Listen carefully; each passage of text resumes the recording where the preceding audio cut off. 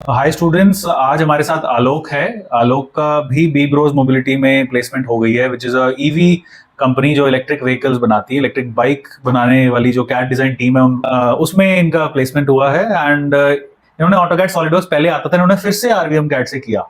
तो congratulation first of all. चीज मुझे और बोलनी थी यार, प्लीज सब्सक्राइब द चैनल। ये हमारा टेस्टिमोनियल नहीं है, ये आप लोगों के लिए इन्फॉर्मेटिव वीडियो है कि कैसे ऐसे इंटरव्यूज क्रैक करने हैं और किस तरीके से, क्योंकि इनका गैप भी है, 2020 में पास आउट हुए थे, अब 23 हो गया है, फिर भी इनकी बहुत अच्छे सैलरी और अच्छी पोजीशन पे इनकी ईवी कंपनी में, बी ब्रोज मोबिलिटी में जॉब लग गई है। तो ये सारी चीजें हम डिस्कस करेंगे इनके बारे में। हाँ, तो अब अपने बारे में थोड़ा सा बताइए। सर, मैंने बीटेक मैकेनिकल से कंप्लीट किया था 2020 में। अच्छा, कहाँ से? गाजियाबाद से, राजकुमार गोयल इंस्टीट्यूट ऑफ टेक्नोलॉजी, ठीक है। ओके। और उसके बाद मैंने कॉलेज के बाद ही just job design engineer training में लगा था तेलंगाना में। अच्छा। वहाँ पर था कॉमर्शियल किचन इक्विपमेंट्स से बनते थे जो स्टील के। वो जॉब कैसे लगी आपकी?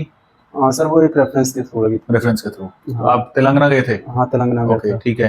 तो वहाँ पर शीट मेटल पे ही काम होते थे, सॉलिड वर्क्स पे ही मेनली काम होते थे, बट केवल शीट मेटल पे होते थे। जैसे सॉलिड वर्क्स कहाँ से सीखा? सॉलिड वर्क्स सर उस टाइम मैंने वहीं से सीखा था जो भी। अच्छा, उन्होंने सिखा दिया आपको? ट्रेनिंग दी थी वहाँ पर बकायदा।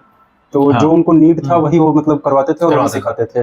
तो पूरी सॉलिड वर्क्स सॉफ्टवेयर का और ऑटोकैड का मुझे नॉलेज नहीं था। जितना वहाँ रिक्वायरमेंट था उतना ही मेरा था। तो वहाँ से फिर एक तो दूर भी पड़ रहा था और मेरा घर है वाराणसी में, होम टाउन।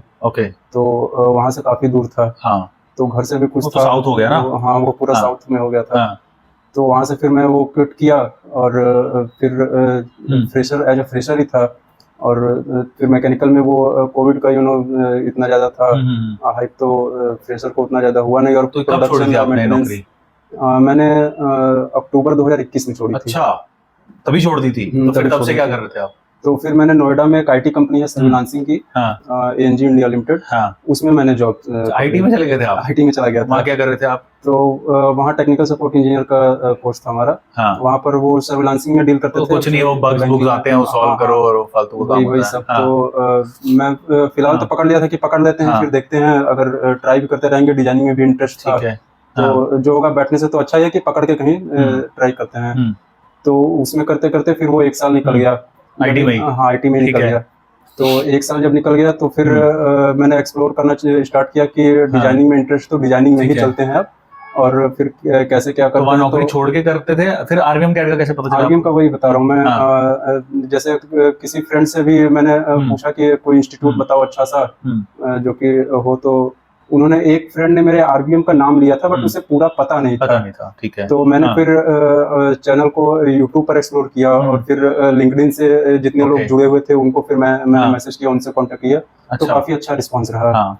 तो फिर मैंने यहाँ भी बात किया। आप कह रहे थे ना, आपने वीडियो भी देखी थी, यही इसी कंपनी के जो लड़का था ओमकार, जिसने अब आपका इंटरव्यू लिया। ये कंपनी में जाने से पहले मैंने वीडियो देखी थी पूरी, तो उन्होंने इंटरव्यू लिया था मेरा।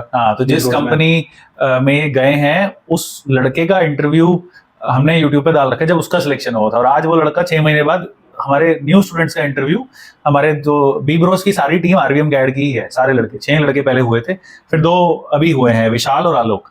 तो पुराने स्टूडेंट्स ने हमारे नए वाले स्टूडेंट्स का इंटरव्यू लिया। So that is actually a very proud thing to know. उसमें अभिनव दुबे सर ने इंटरव्यू लिया। वो तो सीनियर है आपके। उनका हाईएस्ट पैकेज लगा था। अब तो उनको प्रोडक्ट मैनेजर बना दिया वहाँ पे। तो क्या पूछा था इंटरव्यू में? उनका मतलब पर्सनली बिहेवियर मुझे बहुत अच्छा लगा था। ये वेरी नाइस गाय। तो उसके बाद what was the interview questions asked? और ये पूछा नहीं उन्होंने कि आईटी में आप काम कर रहे हो? नहीं, क्वेश्चन हुआ था सर ये, बट मैं टेक्निकल में काफी अच्छा, वो जो डिजाइनिंग और जीडीएनटी पे ज्यादा मेन फोकस था उनका। तो टेक्निकल मेरा ठीक गया था। तो ये क्वेश्चन जो था आईटी में आप क्या कर रहे थे इतना, तो वो टेक्निकल के बाद आया ये क्वेश्चन। जब तो टेक्निकल में परफॉर्मेंस था तो उतना वो हुआ नहीं। तो आईटी में क्यों? सब आईटी में तो बहुत लोगों का क्रेज रहता है। मैं तो हर इंटरव्यू में बोलता हूँ भाई, आईटी तो देख लो, मास हायरिंग और मास फायरिंग होती है उसमें, एंड स्टेबिलिटी बिल्कुल नहीं है। तो आईटी में तो आप ग्रोथ कर सकते थे, वो क्यों छोड़ा आपने फिर? सर, आईटी में क्या था कि वो कोडिंग वगैरह और नेटवर्किंग पर जॉब नहीं थी। अच्छा। तो हाँ, इस वजह से। तो आपको आती है ऐसे कोडिंग? नहीं, कोडिंग नहीं आती। अच्छा, आती भी नहीं है। थोड़ी बहुत स्टार्ट की थी सीखना, बट तो यहाँ से आपने फिर कब ज्वाइन करा और कितना टाइम लगा आपको? यहाँ सर मैं मिड फेब में ज्वाइन किया था और रिजाइन मैंने दिया था एनजी में, जो पहली वाली कंपनी थी, उसमें जनवरी में। अच्छा। और यहाँ फिर मैंने फेब में। तो आप रहते कहाँ पर वैसे? आप गाजियाबाद में? गाजियाबाद मैंने यहाँ ज्वाइन किया था तो पीजी में रहता पीजी था। ले लिया होगा ना आपने वैसे? अभी मैं गाजियाबाद से हूँ। ओके ओके, तो पीजी ले लिया था। और दो कितना टाइम लगा था खत्म होने में ऑटोकैड सॉलिडवर्क्स?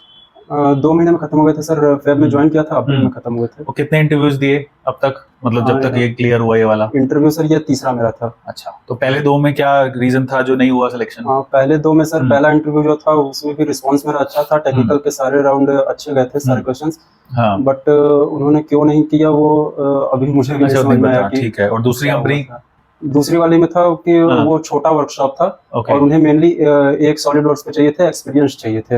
एक्सपीरियंस वो बोलते हैं। उनको पूरा पूरे वर्कशॉप को संभालना था, पूरा एक्सपीरियंस चाहिए था उनको। तो इधर जो बी ब्रोज में what was the process selection का, क्या क्या कब से क्वेश्चंस पूछे गए? सर पहले तो टेक्निकल राउंड हुआ था, जैसे अभिनव सर और ओमकार सर ने लिया था।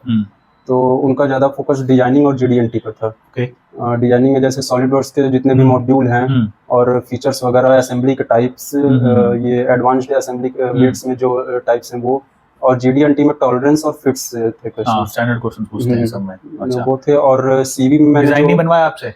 ने डिजाइन बनवाया था। अच्छा। और सीवी में जो मेरे मेंशन थे प्रोजेक्ट्स वगैरह, उससे क्वेश्चंस थे। ओके। उसके बाद ये सब टेक्निकल क्वेश्चंस के बाद फिर बीटेक बैकग्राउंड से भी कुछ थे।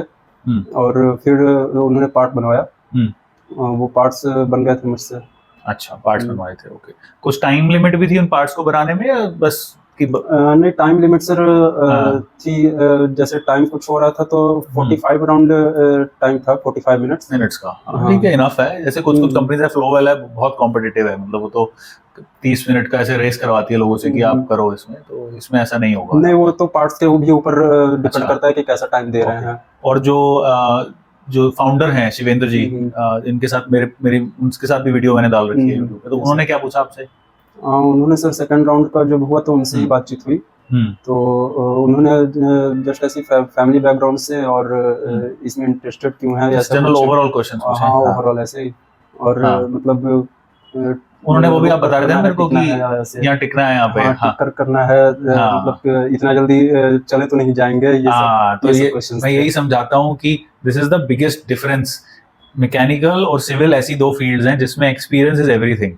एक बार एक्सपीरियंस आ गया तो कंपनी डरती है, वो बोलती है कि भाग तो नहीं जाओगे तुम। It's a completely different scenario from IT. IT में 40-40 साल के लोग जो हैं, जिनको 20 साल का एक्सपीरियंस भी होना, कभी भी उनकी नौकरी छूट जाती है। But mechanical is totally opposite. इसलिए आप बताओ, कंपनी का ओनर भी कह रहे हैं कि टिक के काम करना। और आपके जो वो है ऑफर लेटर है, ऑफर लेटर में भी देखो उन्होंने लिख रखा है, मुझे बड़ा फनी लगा कि ऑफर लेटर में भी लिखा हुआ है, ये पढ़ो कि We welcome you on board and seek a very long term association with you। बताओ, खुद कह रहे हैं कि हमें बहुत लॉन्ग टर्म एसोसिएशन चाहिए। ये तो उन्होंने बोला भी था, पर्सनली बोला था ना, बिकॉज कभी कंपनीज जो होती है इसमें आप में इन्वेस्ट करती है कि आप कुछ सीखो। तो entry is the most important thing in CAD design और मैकेनिकल रोल इन जनरल।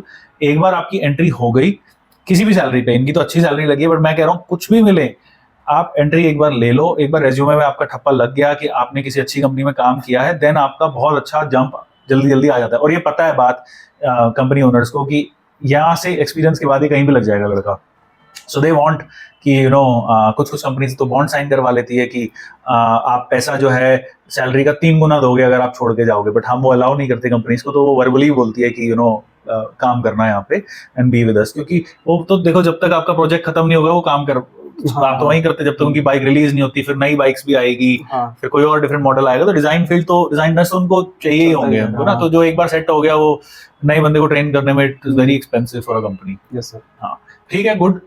और मैं आगे के लिए सर बोलना चाहूंगा कि जैसे कोई अगर इंटरव्यू देने जा रहा है तो वो इंटरव्यू को कितना कंफर्टेबली अपने हिसाब से कर ले रहा है वो उसके ऊपर डिपेंड करता है। हाँ, वो तो है ही कि वो कॉन्फिडेंस होना चाहिए। कितने राउंड हुए थे आपके इंटरव्यू में? 2 राउंड हुए थे सर। 2 ही हुए थे ना, एक टेक्निकल और एक वो सर के साथ हुआ था। हाँ, ठीक है, तो पास में ही है कंपनी। ठीक है, good, all the best and thank you.